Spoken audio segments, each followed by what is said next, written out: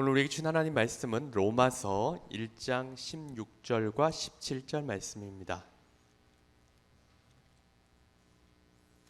로마서 1장 16절과 17절 말씀이고요. 제가 가지고 있는 성경으로는 신약 성경 239쪽에 있습니다. 길지 않은 그런 성경 말씀이기 때문에 우리 한 목소리로 같이 읽도록 하겠습니다. 내가 복음을 부끄러워하지 아니하노니 이 복음은 모든 믿는 자에게 구원을 주시는 하나님의 능력이 됨이라. 먼저는 유대인에게요 그리고 헬라인에게로다. 복음에는 하나님의 의가 나타나서 믿음으로 믿음에 이르게 하나니 기록된 바 오직 의인은 믿음으로 말미암아 살리라 함과 같으니라. 아멘. 할렐루야. 오늘 이 금요 기도에 나오신 우리 사랑하는 성도님들을 주님의 이름으로 사랑하고 축복합니다. 자, 이용이라고 하는 가수가 있었어요. 기억은 하시나요?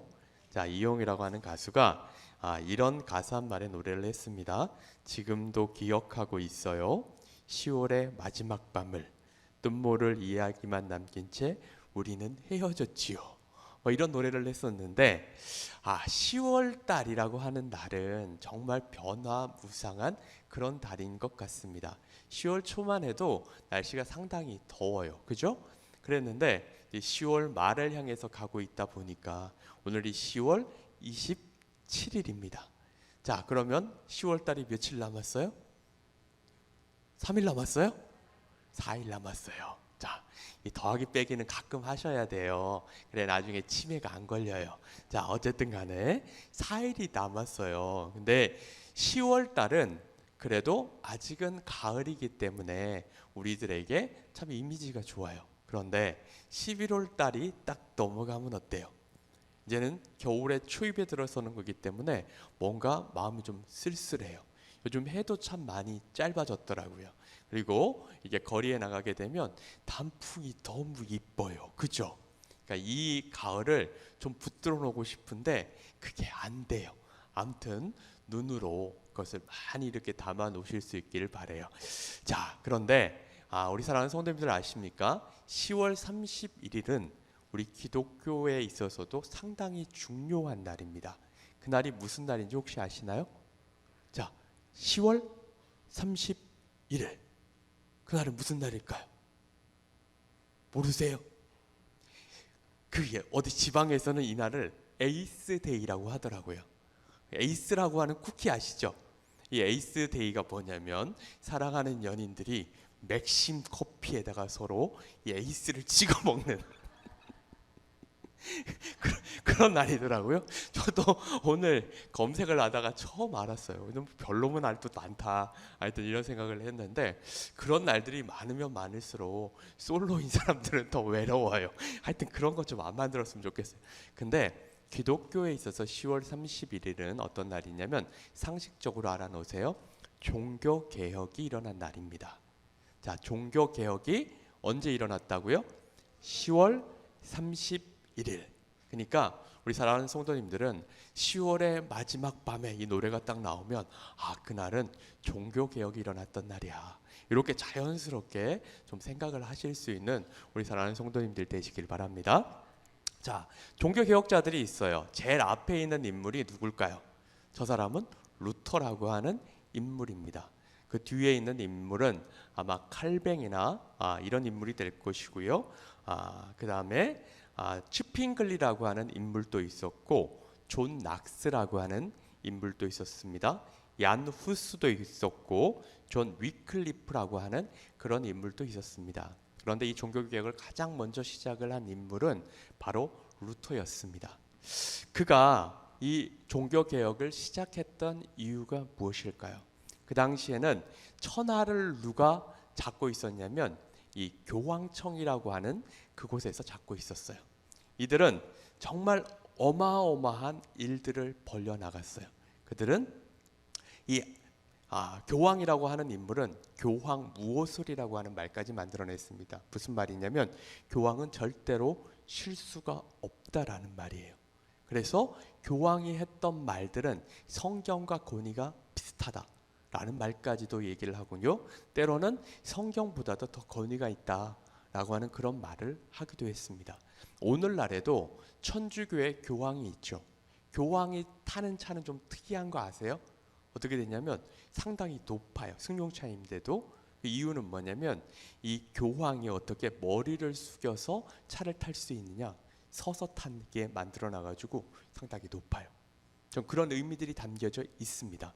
자, 그런데 이 교황청에서 당시에 어떤 일을 벌였냐면 성 베드로 성당이라고 하는 성당을 만들었어요. 그 사진 하나 보여주세요. 이 성 베드로 성당이라고 하는 성당은 정말 어마어마한 규모를 자랑하고 있고요. 그리고 거기에 있는 모든 장식품들은 다 예술품이에요. 그러니까 거기 들어가는 그 장식들 하나하나는 다 예술적 가치를 가지고 있기 때문에 작품이라는 거예요. 그래서 하나에 막 몇십억씩 하는 이런 작품들을 거기에 장식을 하다 보니까 자연스럽게 뭐가 많이 들어갔을까요? 돈이 많이 들어갔어요. 그래서 이 교황청에서는 이 돈을 마련을 하기 위해서 어떻게 했냐면 면죄부라고 하는 것을 만들어서 팔았습니다. 다음 장 넘겨주세요. 자, 이 면죄부라고 하는 것은 뭐냐면 이 면죄부를 사면 죄를 사함을 받는다는 거예요. 그런데 이 면죄부는 누구를 위해서 사냐면 나를 위해서 사는 게 아니에요. 내 부모들을 위해서 사는 거예요. 그러니까 생각을 해보니까 우리 부모님이 천국에 갔을까? 이런 천국에 갔다는 확신이 있으면 안 사도 되는데 뭔가 우리 부모를 생각을 하면 천국에 못 갔을 것 같은 거야. 그러면은 저거를 사는 거죠.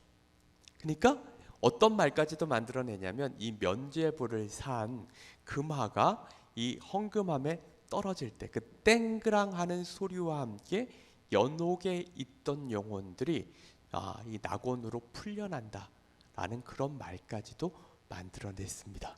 자, 이게 말이 돼요, 안 돼요? 말이 안 돼요. 루터가 이것을 생각을 했습니다. 그러면서 이건 도저히 참을 수가 없다라고 생각을 했어요. 사실 루터는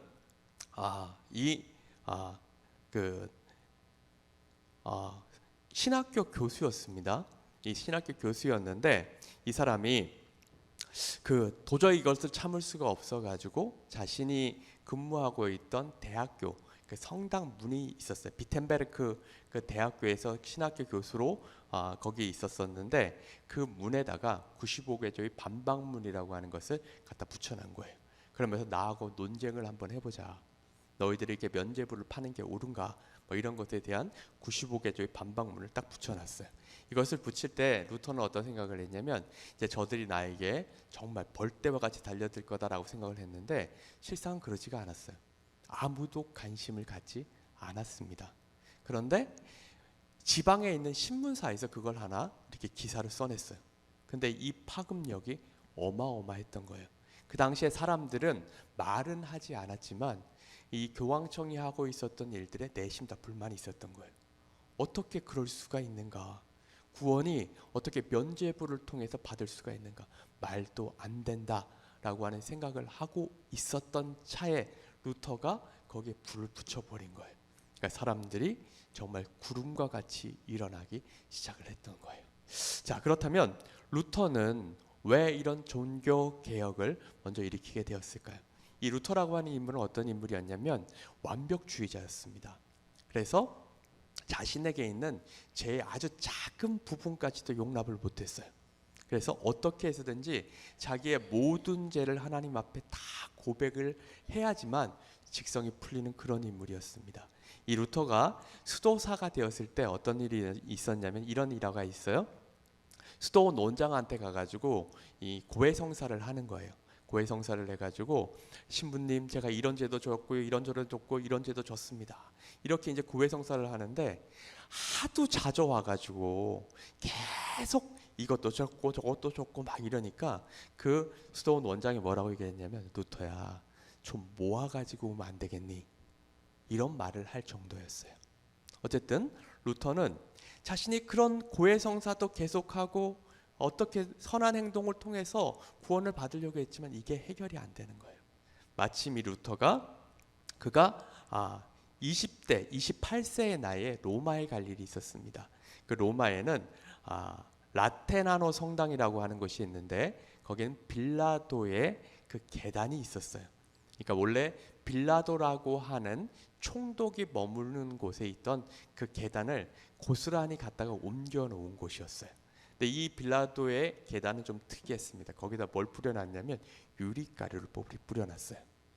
그리고 수도사들로 하여금 무릎으로 거기를 기어서 올라가게 했어요. 그리고 한 계단을 오를 때마다 주기도문을 하고, 그리고 마지막 그 28개의 계단을 다 오르고 나면 연옥에 있던 한 영혼이 풀려난다. 이런 그런 전설 같은 이야기가 있었어요. 루터는 누구를 위해서 거기를 올라갔냐면 자기의 할아버지였던 하이네를 위해서 올라갔습니다. 할아버지를 생각해 봤더니 우리 할아버지는 아무래도 연옥에 가 있을 것 같아. 그래서 그 할아버지를 위해서 무릎으로 올라가는 거예요. 근데 아까 거기다 뭘 뿌려놨다고요? 유리가루를 뿌려놨으니까 거기로 올라가려면 어떻게 될까요? 피투성이가 되는 거예요. 이 루터가 거기를 올라가는데 이런 생각이 들었어요. 과연 이런 행위들을 통해서 내가 정말 구원을 받을 수 있는 것인가? 그러면서 갑자기 그의 머리를 스치는 생각이 있었는데, 의인은 믿음으로 말미암아 살리라 하는 그 말씀이 그의 머릿속을 스치고 지나갔어요. 그러면서 어떤 기록에는 루터가 중간에서 일어나 가지고 그 자리를 박차고 나왔다는 기록도 있고요. 어떤 사람들은 그것을 끝까지 올라갔다는 기록도 있어요. 어찌 됐든 루터는 이런 것을 통해서는 구원받을 수 없다는 생각을 했고, 그때부터 종교개혁이 비로소 시작이 됐다라고 볼 수가 있는 거예요. 루터가 그때부터 이제 종교개혁을 일으키기 시작을 했습니다. 그러면 의인은 믿음으로 말미암아 살리라라고 하는 이 말이 어디에 나오는 말인지를 우리가 한번 좀 살펴볼 필요가 있죠. 이 말이 오늘 우리가 읽었던 로마서 1장 16절과 17절에 이것이 기록이 되어져 있습니다. 우리 이 로마서 16절, 17절을 한번 같이 읽어보도록 하겠습니다. 내가 복음을 부끄러워하지 아니하노니 이 복음은 모든 믿는 자에게 구원을 주시는 하나님의 능력이 됨이라. 먼저는 유대인에게요, 그리고 헬라인에게로다. 자, 먼저 여기 보시면요, 16절에 모든 믿는 자에게 구원을 주시는 하나님의 능력이 됨이라. 이 능력이라는 말이 헬라어로 뭐냐면 이 듀나미스예요. 이 듀나미스, 이 말과 어원이 같은 게 뭐냐면 다이나마이트예요. 이 다이나마이트가 뭔가요?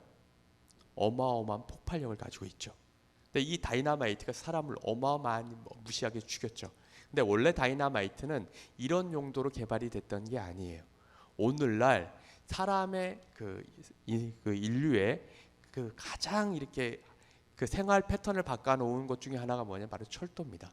근데 철도를 까는데 큰 바위나 암석을 만나면 그걸 예전에 어떻게 했냐면 정으로 하나씩 다 쪼아내야 됐어요. 근데 이 다이나마이트가 생기고 나서는 구멍을 뚫고 다이나마이트를 집어넣고 터트려 가지고 이것들을 날려버렸던 거예요. 이 다이나마이트가 원래는 이런 용도로 쓰였던 거예요. 그만큼 복음이라고 하는 것은 그런 폭발력이 있다는 거예요. 사랑하는 성도 여러분, 복음이 내 마음에 들어오면 나의 삶을 송두리째 바꿔놓는 거예요. 그런 능력 있는 삶을 살 수 있기를 바랍니다. 그리고 이 다이나마이트라는 말과 또 하나의 그 같은 어원을 가지고 있는 말이 있는데 그건 다이나믹이에요. 우리가 예수님을 믿었다고 해서 완전히 정말 그 몹쓸 인간에서 갑자기 천사같이 바뀌는 그런 인간도 있어요. 반면에 조금씩 변해가는 사람들도 있어요. 그러니까 우리가 분명히 기억해야 될 것은 예수님을 믿기 이전에 나의 모습과 지금 현재의 모습이 달라야 하고 내일의 모습이 달라야 하고 그리고 10년 후의 모습이 달라져야 한다는 거예요. 우리 사랑하는 성도님들은 그렇게 매일매일의 삶이 달라져 갈 수 있기를 바랍니다. 그래서 나중에 이제 한참 시간이 지난 후에 누군가를 만났을 때 그들이 우리들을 바라보면서 너 무슨 좋은 일이 있냐고, 너 얼굴이 왜 이렇게 선하게 바뀌었냐고, 이런 이야기를 들으실 수 있는 분들이 되어야지 얼굴 어디서 고쳤냐고 그 쌍꺼풀 어디서 했냐, 코는 어디서, 이런 얘기 들으면 안 돼요. 물론 그거 뭐 하지 말라는 얘기가 아니라 하실 수도 있지만 정말 우리의 그 얼굴 인상이 달라져야 함을 기억을 하실 수 있는 우리 사랑하는 성도님들이 되시길 바랍니다. 그리고 17절을 보면 또 이렇게 기록이 되어져 있어요. 17절 우리 같이 한번 읽어보도록 하겠습니다. 복음에는 하나님의 의가 나타나서 믿음으로 믿음에 이르게 하나니 기록된 바 오직 의인은 믿음으로 말미암아 살리라 함과 같으니라. 자, 오직 의인은 믿음으로 말미암아 살리라. 자, 이 말이 가장 먼저 나온 성경은 어디일까요? 이 말은 로마서에서 먼저 나온 말이 아니에요. 이 말은 히브리서에도 기록이 되어져 있습니다. 그런데 이 말이 가장 먼저 기록이 된 것은 어디냐면 바로 하박국서예요. 이 하박국이라고 하는 선지자를 아실 것입니다. 그는 이 나라에서 벌어지고 있는 이런 불합리한 일들을 보면서 하나님 앞에 나와서 기도해요. 하나님, 우리나라가 그래도 하나님을 믿는 나라인데 어떻게 의인들이 악인에 의해서 핍박을 당합니까? 어떻게 악인들이 이 나라를 이렇게 정말 망가뜨릴 수가 있습니까? 하나님, 이건 아니잖아요. 이러면서 하박국이 하나님 앞에 그렇게 부르짖으며 기도해요. 그럴 때 하나님께서 하나님 환상을 보여주죠. 뭐냐면 바벨론이라고 한 나라를 들어서 너희들을 심판할 거다라고 하는 그 메시지가 이 하박국에게 딱 전해집니다. 하박국이 이 기도의 응답을 받고 그때부터 어땠을까요? 더 마음이 심란한 거예요. 그래도 하나님, 우리는 하나님을 알고 하나님의 율법대로 살아가려고 하는 하나님의 백성들이 아닙니까? 그런 우리들이 하나님을 알지 못하는 저 이방인, 저 야만인들에게 우리가 멸망당한다니요. 하나님, 이럴 수는 없는 것 아닙니까? 그래도 우리가 더 의롭지 않습니까? 그러면서 부르짖으며 기도했는데 나중에 하나님께서 하박국에게 그 의미를 설명을 해주세요. 나의 뜻은 이스라엘이 심판을 당하고 나서 하나님의 은혜로 다시 회복이 될 거야. 내가 원하는 것은 바로 그때야. 바로 이 말의 근거에서 하박국의 그 유명한 기도를 하는 거예요. 만약에 그리하지 아니하실지라도 나는 감사한다. 포도나무에 열매가 없고 감람나무에 열매가 없고 우리의 송아지가 없고 외양간 송아지가 우리의 양이 없고 외양간에 송아지가 없다 하더라도 난 여호와로 말미암아 즐거워하리라. 이 말을 거기서 빌어서 한 거예요. 그런데 그 말을 하기까지는 과정이 너무나도 슬퍼요. 그러면서 하박국이 오직 의인은 믿음으로 말미암아 살리라. 이 말을 했는데 이 말은 뭐냐면요. 비록 의인들이 어려움을 당하고 나라가 하나님을 알지 못하는 자들에 의해서 망해서 수많은 믿는 자들이 환난을 당한다 하더라도 그럼에도 불구하고 하나님을 믿는 의인은 믿음으로 말미암아 구원을 받는다 라는 메시지예요. 사랑하는 성도 여러분, 우리가 세상을 바라볼 때 정말 세상이 투명하지 못한 것 같고 정의롭지 못하다고 느껴질 때가 있어요. 그런다 하더라도 실망하지 마세요. 세상은 원래 그래요. 죄인인 사람들이 모여있는 곳이 세상이기 때문에 세상은 하나님께서 원하시는 대로 움직여지지 않습니다. 우리의 기준에 한참 못 미쳐요. 그럼에도 불구하고 기억할 것은 의인은 믿음으로 말미암아 사는 거예요. 그렇기 때문에 우린 낙심하거나 절망할 필요가 없는 거예요. 루터가 바로 이 말씀을 붙들고 종교개혁을 일으켜 나가기 시작을 했습니다. 그러면서 이 종교개혁을 일으켜가는 과정이 절대 이게 수월하지가 않았어요. 실상은 루터라고 하는 인물은 천주교에서부터 개신교를 이렇게 분리해 나오려고 하는 그런 의도가 없었어요. 마지막까지 루터는 뭐라고 고백을 하며 죽었냐면 나는 천주교의 신부다 라고 하는 그런 정체성을 가지고 있었어요. 그러니까 그가 종교개혁을 일으켰던 것은 자신의 의지보다도 하나님께서 그런 모든 과정들을 일으켜내신 거예요. 결국은 그는 하나님 앞에 쓰임을 받아서 그런 놀라운 일들을 이루어냈던 거예요. 근데 실상은 루터는 그 개혁을 일으켜내는 과정에서 참 많이 갈등도 하고 많이 어려워도 했었습니다. 그리고 결국은 이 천주교에서부터 개신교가 이렇게 분리되어져서 나온 거예요. 자, 그렇다면 천주교 내에 어떤 문제들이 있었기에 개신교가 이렇게 갈라져 나와야만 했을까요? 그것을 오늘 조금은 좀 살펴보도록 할게요. 자, 십계명이라고 하는 것을 아시죠? 자, 개신교의 십계명과 천주교의 십계명이 달라요. 자, 하나 띄워줘 보세요. 자, 보세요. 1계명은 나 외에는 다른 신들이 내게 있게 말지니라 같아요. 두 번째는 우상을 만들지 말고 그것들을 섬기지 말라. 근데 천주교는 이 부분을 삭제시켰어요. 왜냐하면 천주교에 가보시면 거기 뭐가 있어요? 마리아 상이 있고 바울 상이 있고 베드로 상이 있고 별의별로무 상들이 다 있어요. 천주교는 이 두 번째 계명이 걸리는 거예요. 어떻게 해버렸냐면 삭제시켰어요. 이 십계명은 어디에 기록이 되어져 있어요? 성경에 신명기서에도 기록이 되어져 있고 출애굽기에도 기록이 되어져 있어요. 빼버렸어요. 이 성경에 보게 되면 1.1핵이라도 더하거나 빼면 저주를 받는다라고 했는데 빼버린 거예요.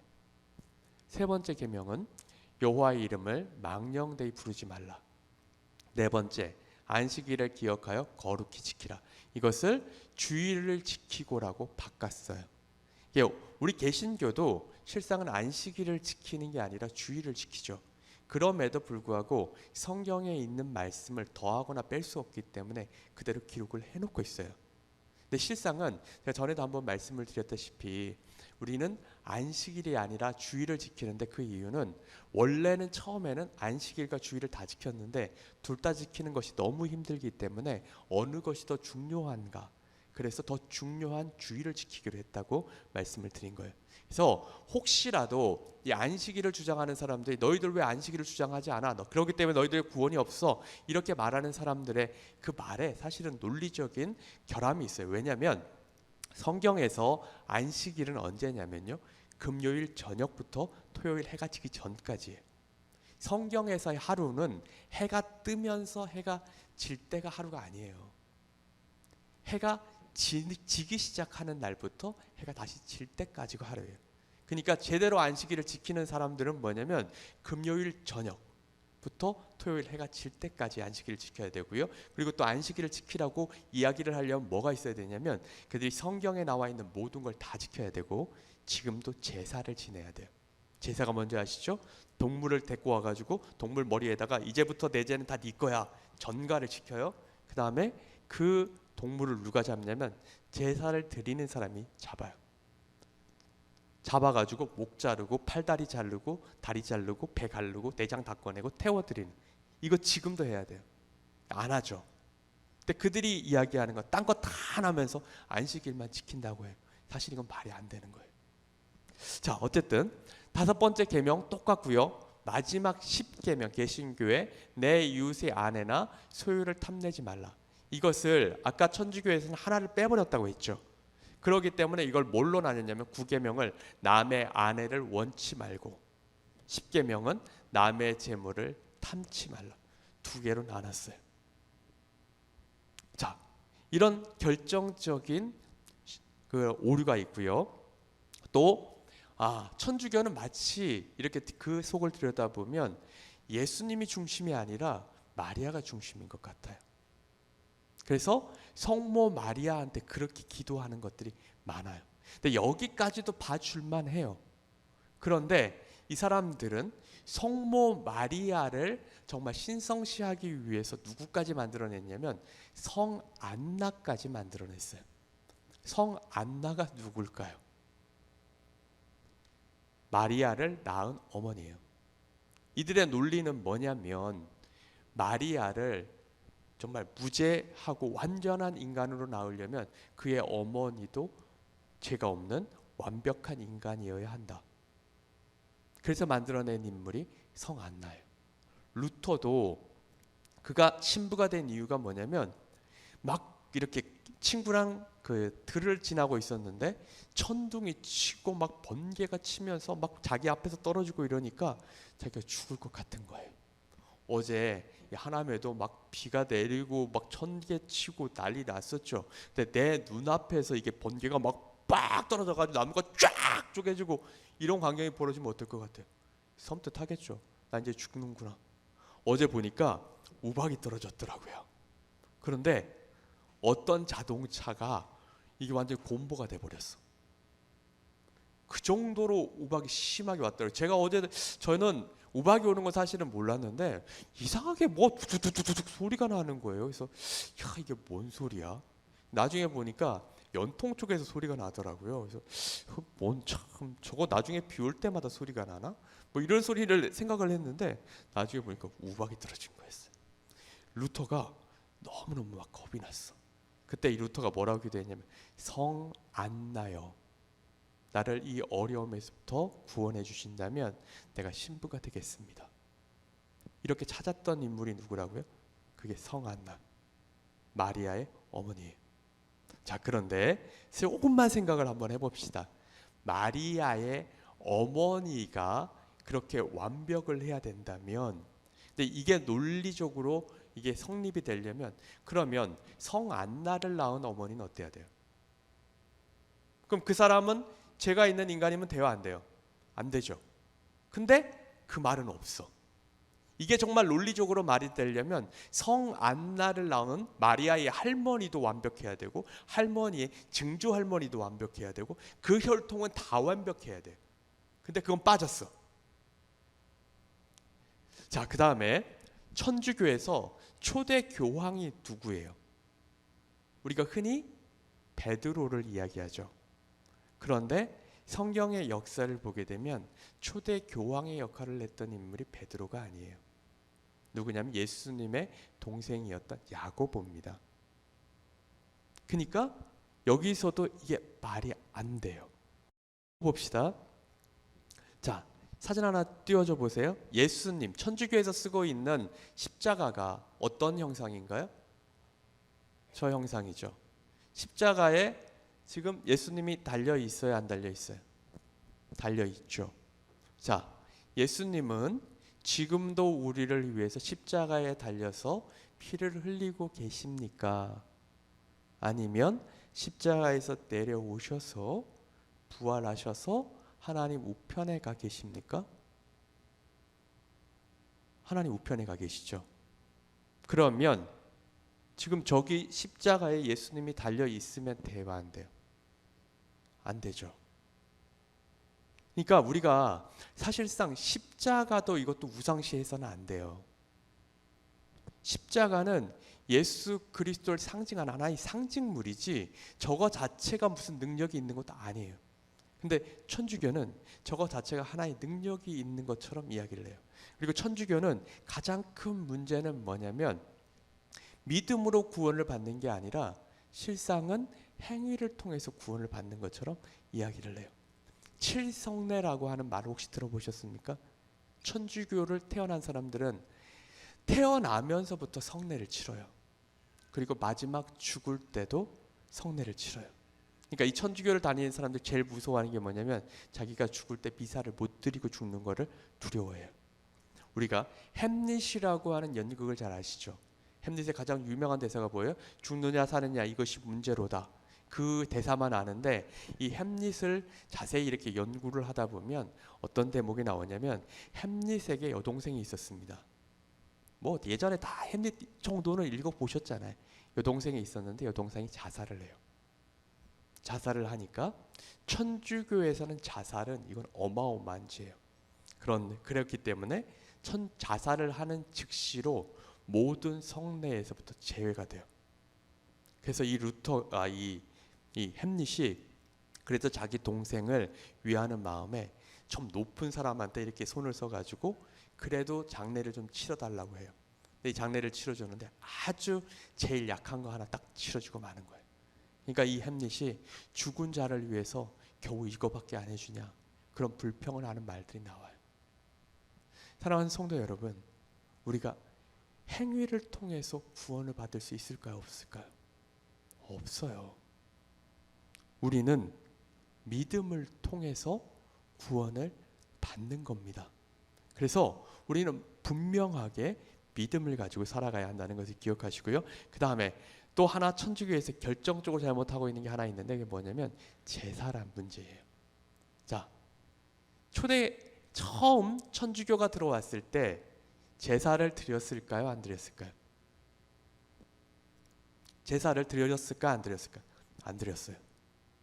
저는 우상 숭배라고 해서 거부했어요. 그랬더니 어마무지하게 사람들이 죽었어요. 조상도 모르는 상놈들이라 그래가지고 이 조선에 들어왔던 신부들이 탄원서를 올렸어. 베드로 성당에 있는 교황한테 뭐라고 올렸냐면, 이들이 제사 드리는 것은 우상 숭배를 하는 게 아니라 조상들을 섬기는 부모 공경의 차원이다. 그렇기 때문에 이걸 좀 용납해 주면 안 되겠니? 라고 청원을 냈고 결국은 그것을 인정을 해줬어요. 그런데 천주교에서 드리는 제사를 한번 보십시오. 그게 정말 부모 공경을 하는 차원인가요? 아니에요. 정말 그거는 우상 숭배예요. 절대로 이거는 타협할 수 없는 문제예요.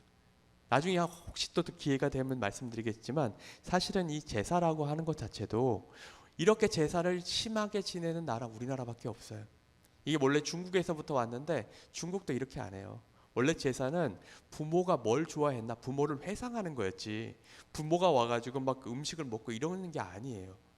야, 혹시라도 이게 부모가 와서 이 음식 차려 먹는 걸 이걸 먹는다면 부모가 1년에 밥 먹을 수 있는 날이 그럼 며칠이에요? 명절, 추석, 설날, 그 다음에 기일. 그럼 나머지는 가서 먹어야 되면 쫄쫄 굶어야 되잖아요. 그럼 남의 집 옆에 있는 사람 쫓아가서 먹는다 하더라도 그러면 1년에 태반을 굶어야 돼. 말이 돼요, 안 돼요? 사실은 안 되는 거예요. 근데 어쨌든 간에 천주교는 이걸 용납을 했어요. 이런 까닭에 개신교는 거기서부터 나와서 오늘날 기독교를 만들어 갔습니다. 자, 그런데 문제는 제가 드리고 싶은 말은 뭐냐면, 오늘날 우리는 제2의 종교 개혁을 일으킬 필요가 있어요. 개신교가 너무 믿음만을 강조하다 보니 행위를 완전히 버렸어요. 근데 야고보서를 보면 행위가 없는 믿음은 그거는 쓸데없는 공허한 것이다라고 나와요. 우리는 우리가 믿는 대로 행할 수도 있어야 합니다.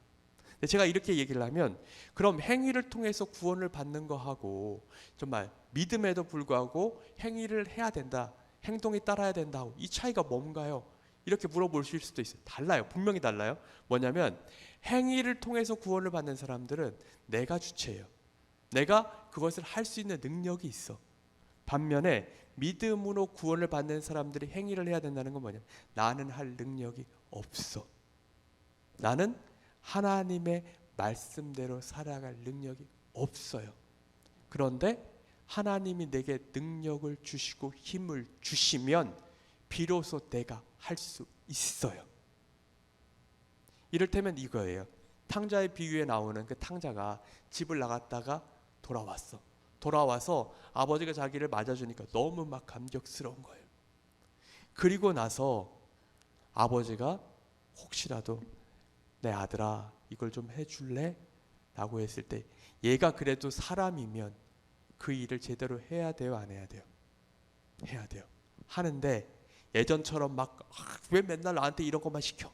내가 이 집 종이야! 이러면서 할까요? 내가 아버지의 일을 할 수 있는 것만으로도 나는 감사합니다, 이러고 할까요? 아버지 일 할 수 있는 것만 해도 감사한 거죠.